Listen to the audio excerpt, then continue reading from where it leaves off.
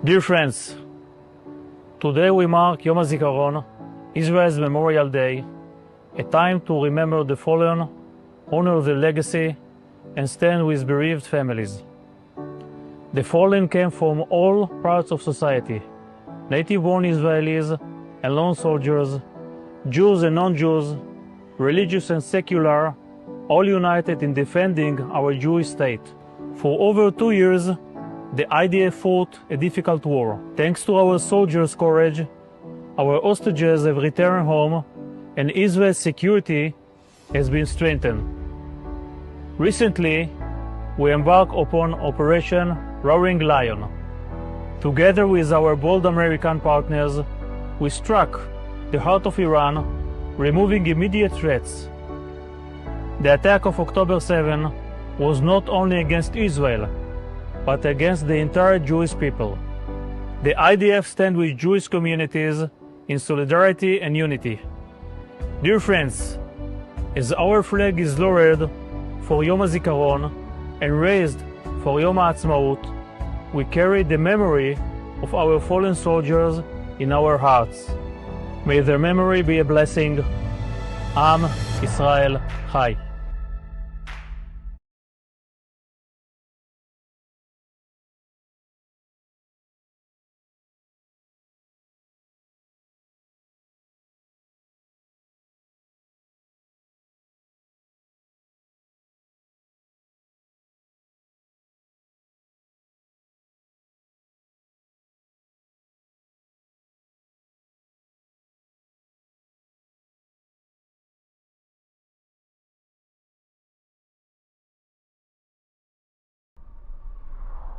This is what Matan is what Avichai left behind. My name is Itai Bichler, and I'm the brother of Captain Tal Grushka. Tal was much more than a half-brother. He was pretty much like a son to me. Hi, my name is Rotem, and Bar was my brother. He fell in Operation Protective Edge. As a child, I didn't know Bar because I'm the youngest brother in the family, and Bar was the oldest. But I do know him as a teenager. He was always helping us, my brother, my sister, and me, and always here for us. Hi, my name is Steve Weiland, and I was a paramedic with Itai. We're on a rescue team together, and he saved my life. Tal was a very, very special boy. As you can see, music was all around him. His father, Yossi, is an accordionist. He always had a great sense of humor, and he was like the star of each party. He was a very, very special boy who turned to a very, very special man. My friend Itai Steinberger was an adventurous soul. Itai was in the reconnaissance unit in the tank corps. He was in charge of the camouflage, and that kind of melded his love for art along with the army. When he started his army service, he enrolled into the Nachal brigade, starting from a low-level soldier all the way to a captain. Before the army, Bao was chosen to be a professional athlete for the national team of water polo. He chose to be a combat soldier. After his course, he was chosen to be in the special team of the 605 Brigade, Combat Engineering Battalion. During Operation Protective Edge, Bao was doing the officer course, and his brigade entered Gaza with the battalion of the paratroopers. During a patrol, Bao was next to his combat engineering vehicle, and anti-tanks missile hit. He was hit by the blast wave of the missile, and then he died from that. On the morning of October 7th, he was called by his commander and said that he should take 7 of his men and head down in an armed vehicle to the south. In Sderot, he teamed up with a Maglan unit. And on the curve next to Kibbutz Mefalsim, they were being ambushed by Hamas. Tal shielded the Maglan jeep that was before him because they weren't in a protected vehicle, and by that basically he saved the unit's life. He was able to open the door once, understood that he's getting fired, and a single bullet infiltrated under his armpit, something between 15 seconds to 60 seconds, and Tal basically passed away. And that's the minute where basically our life changed. We were in Lebanon, in southern Lebanon. This is summer of 2006. So we were trying to help tanks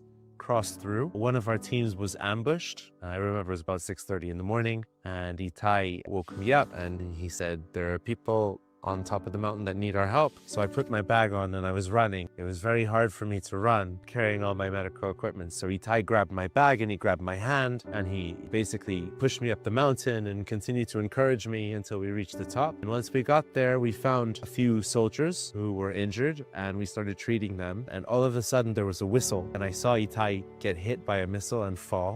And I went to Itai and I continued to treat him until I saw that there wasn't anything left to treat. He used his body to protect me physically to make sure, because I know that if he wasn't where he was, that missile would have hit me. So he definitely saved my life, and I thank him for it every day. I never heard my father crying before, and this memory really got into me in my life.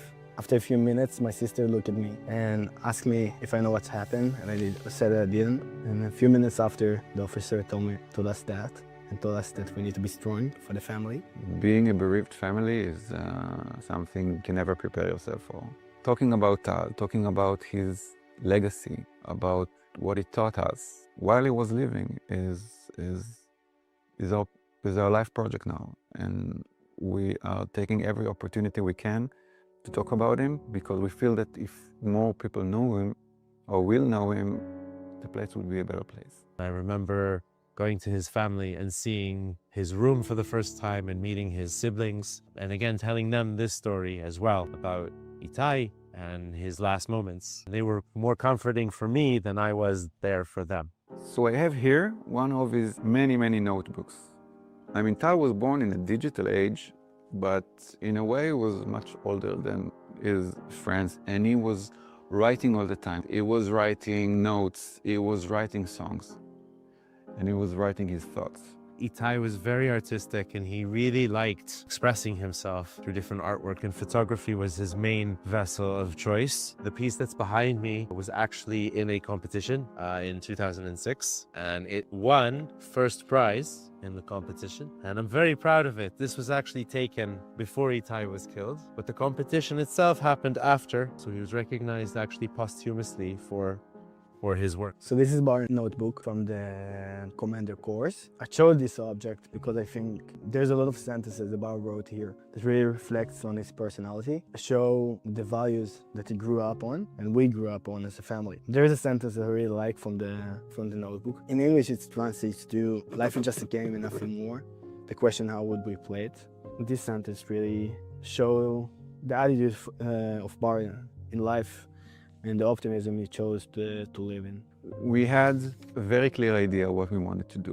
We took many of his songs, his thoughtful songs and words, and created this. This is a book entitled The Secret of the Spirit. And Tal in this book basically speaks a lot about what motivates him, why to be a soldier, why to be a Zionist. He was kind of a prophet because he talked a lot about what he feels would be his ending, or telling us in a way that he understands this is part of his role. He also, in one of his songs, actually predicts the future.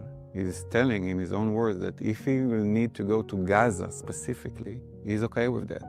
And if he will have to give his life, he is okay with that. Every day when you read more of his words, it's amazing how he knew his place in this world. And although he was only 26-year-old, he knew what he's in the world for. When Bar fell, I was a little child. And I remember this war being the war of my older brother, the war that the bigger kids used to fight. And now in this operation, I served in the army and my friends served, and a few of them died in the army as well. And I think my message for this Yom Zikaron is that we need to remember everyone. I know how important it is to accompany the new families, and I think all of the fallen soldiers should be in the memory of us as a community. I know for me as a child, it really helped me that people used to put Bar in their minds, especially in this day. And I think that's the main thing we can do to help the families deal with the pain and deal with the death of their sibling or their child. So I'm a musician. I have my own music and I use it as a tool, as my own therapy. And one of the things that I wrote in my song is about never giving up and never surrendering. And it's important to remember that even in our darkest times, we have hope. And I think that's something that I would like for everyone to feel, that we're here and we'll keep fighting for what's ours. He was an inspiring individual. He's gone. He will never be back. But he keeps growing with us. And he guides us. Hopefully, people will continue to learn from him and be better as human beings.